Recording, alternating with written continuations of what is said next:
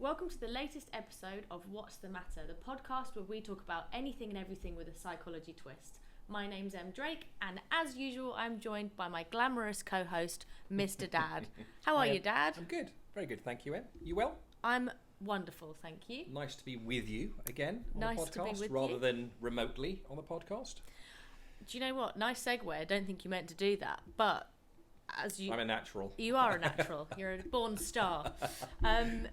But speaking of which, yes, when we first started What's the Matter in Series 1, we were amid a pandemic. We were in a lockdown.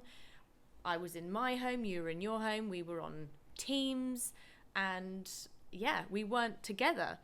And that's really leading us into a big topic that we want to discuss today, which is that there is ever increasing research to suggest, off the back of the pandemic and going back to this new way of life, that the way that we are living, we're really lacking in something that's having a huge impact on our mental and emotional well-being and our overall happiness.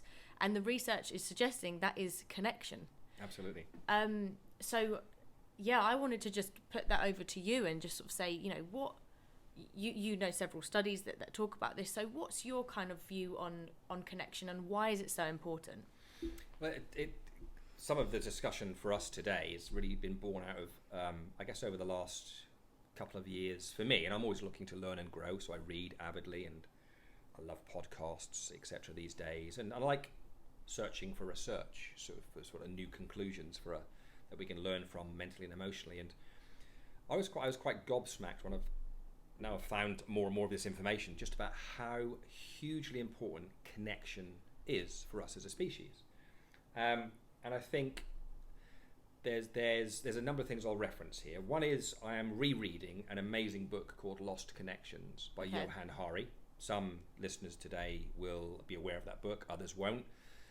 If it's not a book you've come across before and you're interested, fabulous book. Really well written, incredible content in it around what's really impacting us in the modern world, around our mental emotional well-being and our general sort of happiness and that sort of thing. And just very, very briefly, if I just talk about that book just for a millisecond or two, just because it's important for the context of today. The author of the book, Johann Hari, suffered from depression many, many years ago, and like many other people that suffered from depression then and now, we look to the medical sector, to pharmaceuticals companies to help us with that.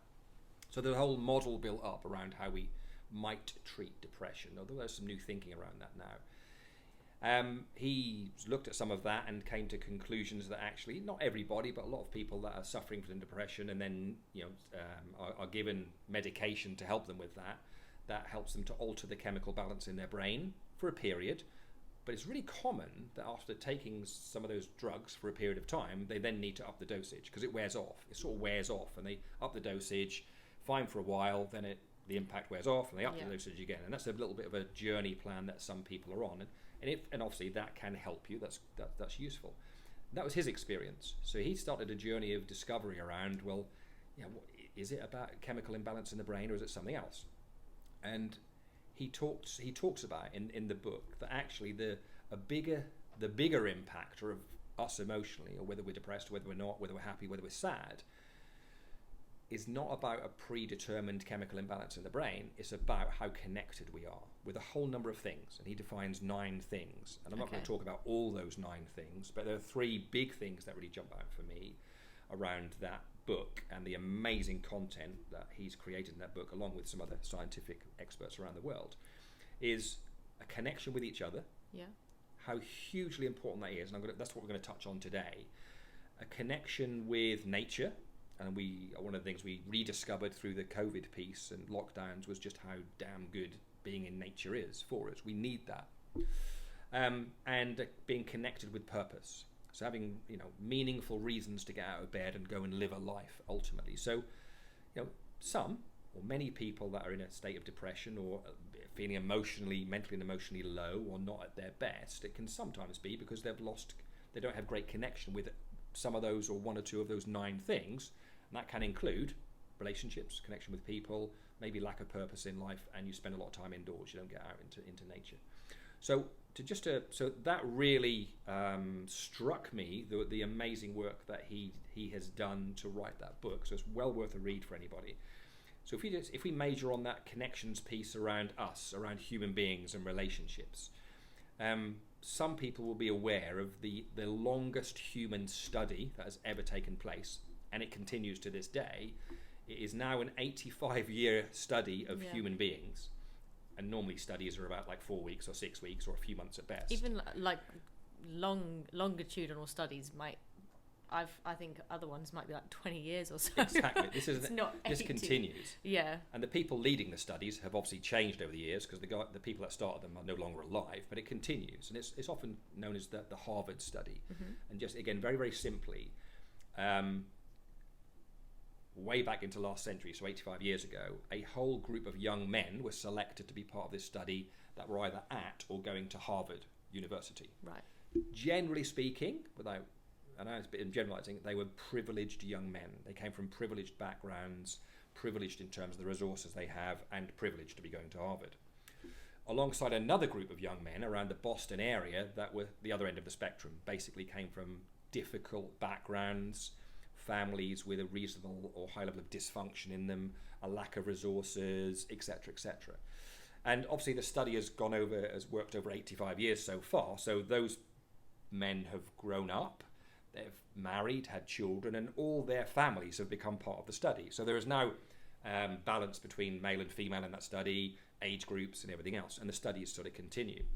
And the study really has really been looking at what is it that massively impacts, how successful those people are, how happy they are, how healthy they are, so particularly happiness and health.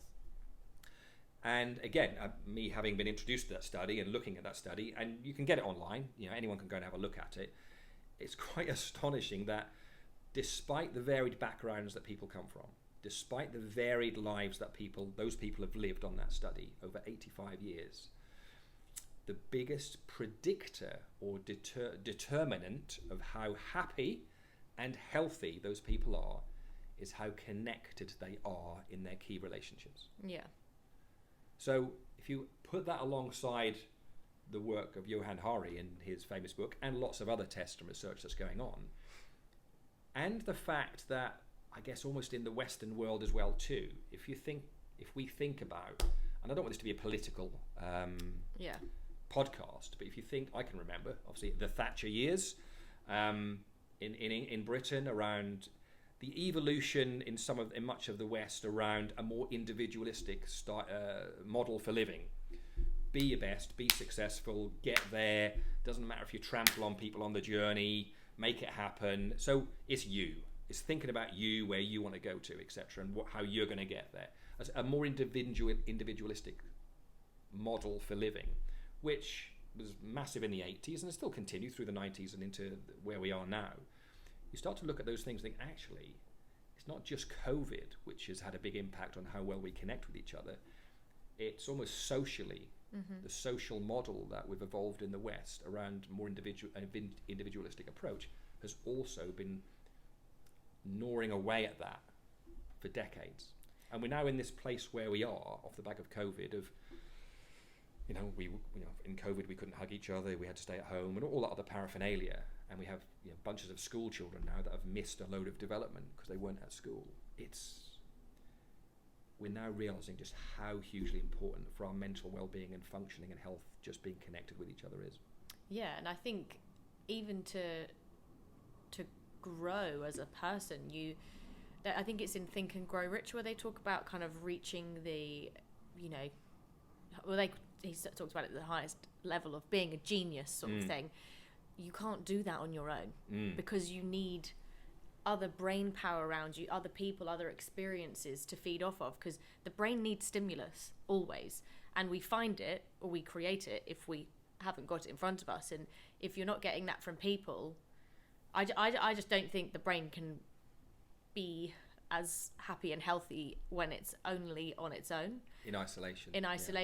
And I mean, just to go to a personal experience here, I've just made a really big decision, as you know, with my marketing business to get an office, because I started it in in the pandemic, or just before the pandemic. I was working from home, and that was a functional choice because I had no money in my business to start the business and, you know, keep costs down and do all these things. But it's been about 3 years now. And you've done incredibly well, but working from where you live, as lots of people do now, don't they? No, they do. And I think this is, for some people, there will be, you know, because this could go into a whole other thing of hybrid working and, you know, what should we do, and that work-life balance versus always going into the office and things like that. But for me, I as you were just talking, and this isn't really where I plan to take some of the conversation here, but I started to find I wasn't as happy as I know I could be. I didn't quite know why. And if I think about it, like, I wasn't miserable or anything, but if I think about it, I was spending most of my day entirely on my own, in the same four walls. I was speaking to people all the time, but it's digital. It's on Zoom, it's on Teams, where you don't have that eye contact. The conversation is great that, you know, I could be in Essex and I'm speaking to somebody in Leicester and I can see them. It's great that that's possible, but it's not the same as being with somebody, even to the point of shaking someone's hand when you say hello. You know, you don't have that contact. And obviously I've just made this decision to go and work in an office, and there's lots of people co-working in there, and I've only been doing it for 2 weeks, and I feel like you're energized. I feel so different because I see other human beings. And obviously I would have seen other people at the gym and I would still go out in the day, but like, actually what working hours is the majority of my day. So it's just interesting as you're talking about that, because the connection doesn't always necessarily need to be some, you know, soppy and you're cuddling, and it's I think that's still important, but actually it's just about being with other people and having conversations of, how are you, what are you guys up to today? And you get open up to so many more opportunities when you are with people and you're in another environment. So I guess it's just an interesting point to add, because even just personal experience, I feel like a different person right now than I did 2 weeks ago before I signed on that office space. Yeah.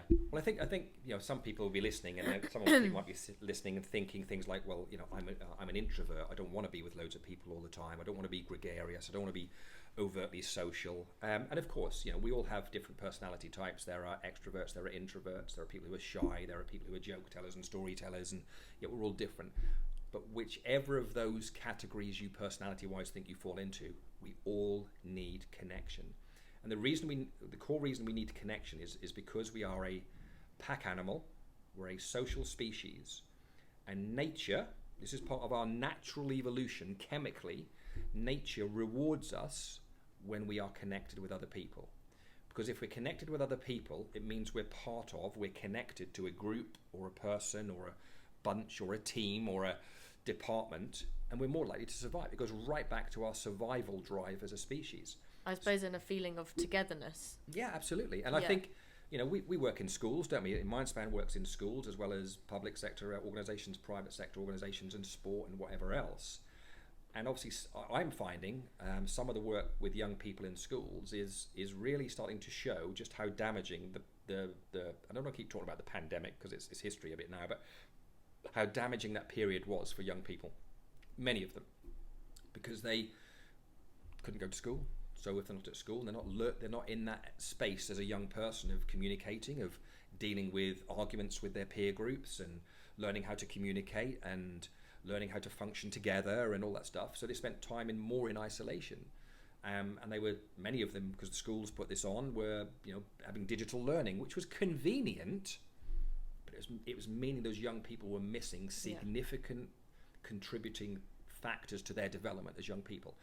We have clients, you know, we work as a business with public sector clients, and some of those public sector clients have got a really strong hybrid working model, which is fine, and that suits lots of people. A lot of people like it. But I think we need to be, this is just me flagging this up, I think when I say we, the human race, we need to be very careful we don't slip into mostly that. Because yes, it is brilliant that in theory, if, you know, you or I got our phone up or a screen up now, we could press a couple of apps and, you know, we could be talking to Ollie, your brother, or, you know, Ollie, my son, in Saudi Arabia. Amazing. That's nice. You can see each other and you can have a bit of a conversation, a little bit of connection. But that isn't the same as this. No. And, you know, I often talk about this in some of our programs, you know, when we're talking about relationships and connection. You know, it's not uncommon in the modern world where families exist in the same house but don't live together. Yeah. There's not a lot of, they're physically quite close to each other, but there's not a lot of connection. No. You know, even if I go back to when I was younger, in my own family, when I was growing up, you know, you had a TV with 3 channels on it, not even a remote control. So if you're going to watch TV as a family, you discussed what you'd watch together on the same TV in the same room. Such as the convenience of modern life and technology, we could all be in the same room in the same house watching different things on an iPad, on a TV, on a phone. We don't have to share that anymore. And I think, so, you know, this is a big comment to make, but socially we need to be really thoughtful and careful just how much we evolve this further evolve this individualistic style of living, because we will probably have more and more mental and emotional dysfunction in our society. It's a big topic today, isn't it? I know. In our society, if we carry on down the road of some of where we're going, and technology is a big impactor of that. And we use technology. We're using technology now. Yeah.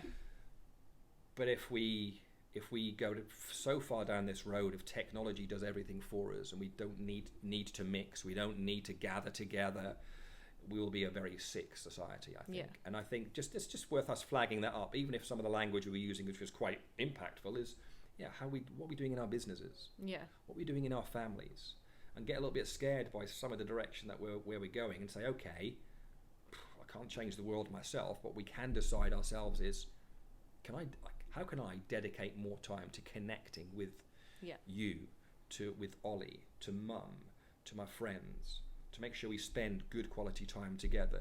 It's not just functional and transactional. A lot of communication's transactional today in today's world. But it's a very different feeling for me delivering a session on Teams or Zoom to a group of people in another part of the country or even locally. You can do that, and I can still hopefully inspire people, but you don't feel it. No, you don't feel it. Yeah, there's a huge difference. I mean, I remember doing like one of my first big Mindspan talks. I was doing a series of lunchtime 45-minute sessions with a big sort of tech company in London, and all of them were online, which is absolutely fine because they're a global company. So I had people coming in from, I think there was people from the US, there's the UK, or there's lots of different locations. Now, I hadn't really done that much delivery at that point, although I obviously knew the content inside out, and I've been practicing. Now, I know that there was the best part of 300 people on one of those sessions. Nobody had a camera on. I can't see anybody. I can only see my reflection. So I did not feel like I spoke to 300 people because I couldn't see them. So it's so hard, isn't it? It's so hard. So hard to communicate. There was points when I thought, are there people on this? Like, I knew there were. Am I talking to myself? But like, I sort of actually kept coming out of myself during this talk of, it didn't even feel real. Yeah. But it was like this big moment for me. But it's like other than being introduced by the sort of the person that had organised the event, I couldn't see anybody. I could just see a small number at the bottom of the screen and predominantly myself back at me, which was very weird. I know at the end of that you got loads of thanks. Yeah, I got loads of thanks. Like, oh, that's great, but the experience was weird. It was as if it didn't happen. Yeah. It was as if I'd just practiced in front of the mirror and been like, I can't explain it. It was very strange. And then fast forward to kind of actually doing them in real life when we'd come out of COVID, I actually was really nervous and so much more aware of myself. And the thing is, I was doing it to a much smaller group than 300 people, but I was there and it felt more real. And I guess it's that kind of, the digital side of things. It is brilliant, but it's really disconnected because it's convenient and it's functional, but it is different because to me, as I said, I had these experiences, whereas as if they didn't happen because I couldn't see 300 people. You were getting no feedback. You were communicating, getting no feedback. Other than like screen. These little emoji reactions, sometimes there'd be little hands clapping up the screen and stuff. You're probably going, oh, thank goodness for that. Oh, someone's on. Yeah. Oh, someone's listening. Yeah. But But that was very strange. I think, it's kind of like the digital side of things. It does take you away from reality. And also, Reese and I, my beloved fiance, were having a discussion this week about quality time versus spending time together. Because as I said, now just signed this office, and he wasn't home all the time anyway, but because he's self-employed as well. But we would cross paths a lot. And so obviously I'm not... Well, he'd be going out and you'd be coming in. And and we'd sort of pass each other a lot. I'd have more points of contact throughout the day, although they would really be like, oh, what time are you finishing? Oh, what time are you doing this? What should we have for dinner tonight? Okay, see you at 7. But we'd both sort of kind of come back from our working days and obviously spend the evening.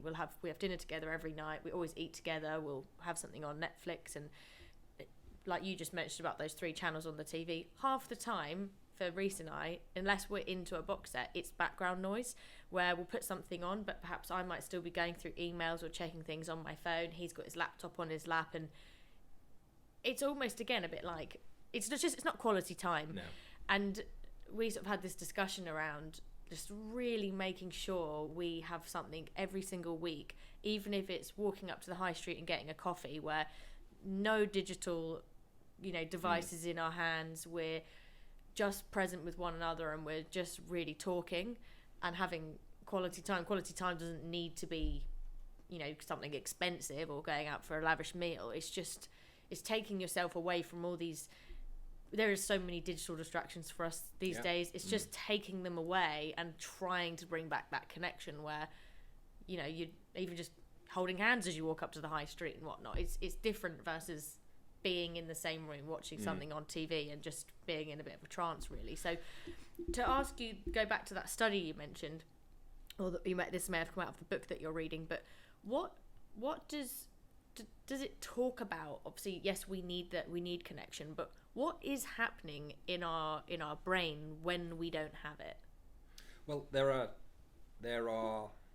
It's fascinating because we've this will come on a future podcast, the whole kindness piece, and I'm sort of in the space personally in terms of my own learning around just coming across so much fabulous quality research, fabulous quality information around, I call it being more human. And there's a whole discussion about AI, isn't there, at the minute, around what's going to happen, and are we going to have? I think is it's going to take over. Is artificial intelligence going to wipe us out, and all that sort of stuff? But we engage in some AI in the business in terms of trying to get our content out to people. So it's it's the balance of using it in a way that's helpful. But if we're not careful, we're sort of going to lose our human essence because everything gets so functional, so digital.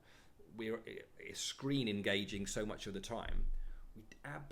We need, because nature has evolved within us inbuilt chemical rewards when we connect, as I said earlier, because it's nature. But our basic intention or basic drive is to survive as a species, is to procreate and continue the species. That's what we're deeply wired or pre-programmed, whatever word you want to use, to do. We don't survive very well as a species in isolation. No. Because it gets lonely. Because actually, if you think about how we've evolved as a species, if one of us is ill, you need someone else to help you. Yeah. If you can't walk, you need someone to try and go and get you something. So they're just examples. Now, if you're on your own and you're ill, there's no one around. I would argue near London and other cities you have Deliveroo that can bring you anything, which is also a bit. But then you still need another human being, don't you? You need another human being. Actually get it. Yeah. But the point is that I'm just talking about real basic nature within us.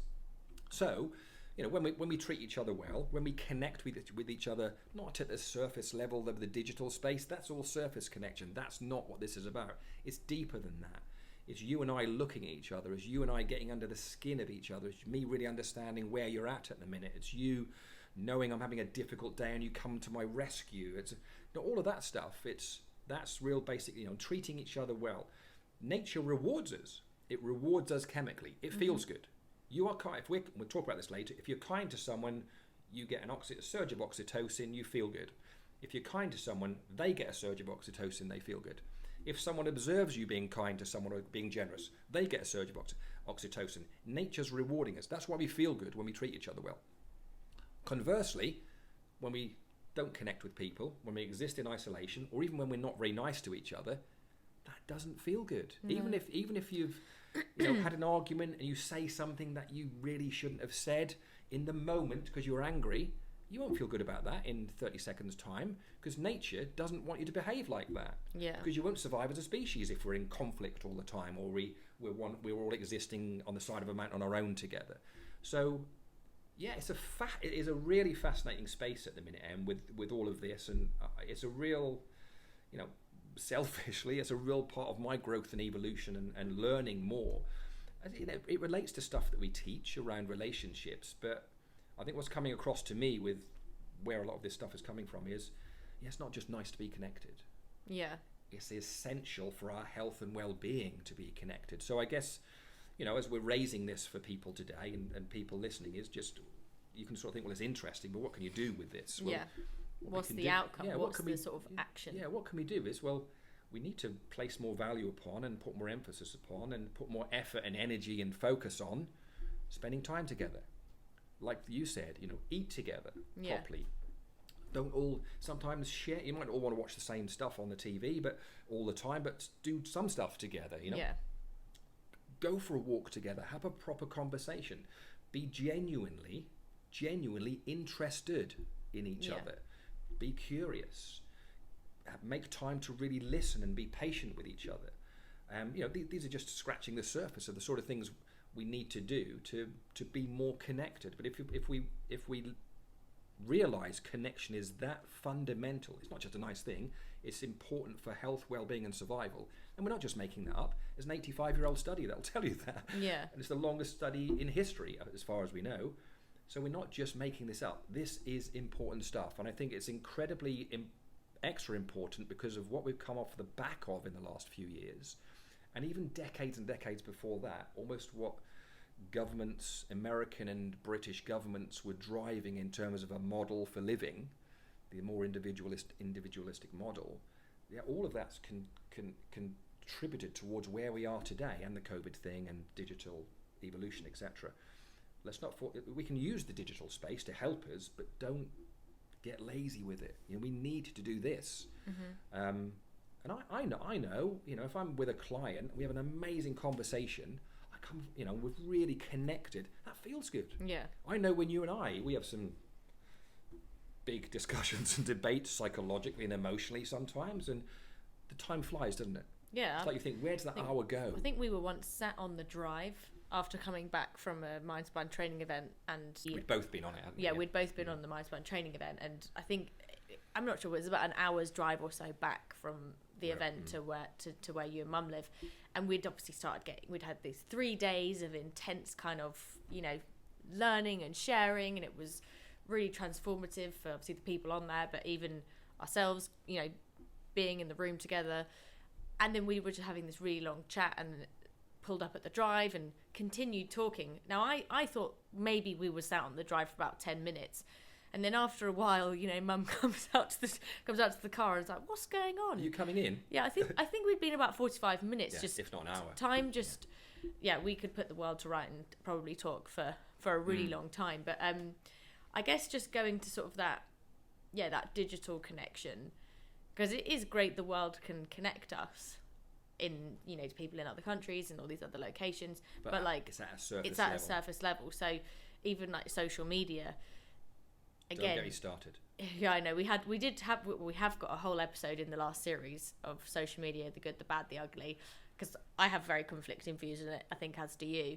But obviously there is the side where you can be connected to people, but again, it's only to the amount that the person wants you to see, isn't it? Because it's still a level of what they want their followers to see. And it's great to celebrate those things in whatever that person's up to. But yeah, going back to sort of actually making the time for your friends or the people that matter to you, doing that in person is so important. And you mentioned oxytocin. For those of you that don't know, it's also kind of called the hug hormone. It's a feel-good. It's a feel-good hormone of you actually, being with people. And I made a decision, because I've always had... I think people assume I'm very sociable because I like talking, and I think Hang on, she loves talking. I do. I wonder where I get it from. I'm sure your airtime's been higher than mine on this, but I do love talking and I love being with people. I equally really like time on my own. So good that I like listening, isn't it? Yeah. I think that's my line. But I used to have quite a big circle because I had lots of friendships in lots of different places. But yeah, I made the decision to make my circle smaller for many reasons. But those people that are in it, that I really give them my time. And I've definitely not been good at that during the pandemic, and obviously all those other things, and being a new business owner. But sort of coming into this year, I'd say the last sort of 12 months really, I could feel how important those friendships were to me, and wanting to make sure I had quality time. So even if it's, do you know what, I'm not going to go to the gym on my own, let's go together, and we do that, and we go for a coffee afterwards. And how great it feels to just have that sort of, even if you're only able to be with that person for 2 hours, you talk and you just share things that you never would if you're WhatsApping or you're on a FaceTime, or you're trying to fit it in somewhere and you're not actually together. So no, I completely agree. And obviously you're saying that study suggests it. And there's more than that study as well, Em, to be honest. And it is, I think, an interesting thing, for anyone listening to sort of maybe even go and do off the back of this is to really challenge yourself, and maybe even just get a piece of paper and a pen and just sit down and make a list of the relationships that are most important to you in your life. And that can be, could be different numbers for different people and different type, whether that's your family, your other half, your family, key friends, or maybe even key workmates. I don't know. So just make a list of the people that you say to yourself are the most important to you, or the really valued relationships you think you have. And then just look at each of those relationships and each of those names, and just really challenge yourself about how connected you really are with that person. Really connected. And what I mean by that is, sometimes our relationships can be very transactional. And I know couples even fall into that. Okay, you put the bins out, you do the washing, you do because we're trying to get organised in life and get efficient. But sometimes, in the digital space, really impacts this, in a way. But we are looking to be efficient with our time and with our interactions, that the whole thing can just get incredibly transactional. Just I don't know. Maybe even out of 10, just list those relationships that are most important to you, and just to make up a scale, out of 10, how really connected and close are you with that person, and just run that through those names, and it'll tell you really how connected you are with the people that you say and mean the most to you, and the relationships are that important. And if the out of 10, the rating you give about your level of connectedness with that person isn't that high, there's a red flag there about. If you say it's important, that relationship, you need to probably do something about it. You need to start to invest in it more. You need to maybe arrange to get together more than you do, and not just a phone call. That can help, or a Teams chat or a Zoom chat, but get together, because it's not just good for the relationship. What we're seeing now is it's good for your health. Yeah. That's the point. And even to take that task maybe a step further. So yes, put that sort of rating on it, but asking yourself and writing down, like, what have you actually done to connect to that person? Because there might be some really good people in your life that make a lot of effort. Are you relying on them to do that, or are you doing that back? So yeah, I think sort of to kind of bring this to a close and sort of leave it with, what are you doing to be connected to the relationships that matter to you? And is it enough? Because psychology suggests, to no matter your background, no matter your upbringing, no matter what material items you've got, the successes you have in your career, the most important thing, or one of a key factor to kind of affect our happiness, is connectedness and our mental and emotional well-being. And that's a huge topic in today's world, because we know there's big challenges for people's mental and emotional well-being in our society. More people are stressed, more people are anxious, more people are depressed, and it's serious. Suicide rates in men are astonishingly high within a certain age group, and most of that is people who aren't feeling very connected. They're feeling lonely, they're feeling isolated for a whole variety of reasons. So yeah, it's great for the relationship itself to invest. And I always use that word, invest, in the relationship, and hopefully the other person invests back, and make yourself really connected in a whole variety of different ways, sharing experiences, being interested in each other, being curious. But it's not just about the relationship. That's not the only reason for doing it. It's for your health and your well-being. For your health and well-being, shall we end this episode on a high five? Let's do it. At least it was a good one.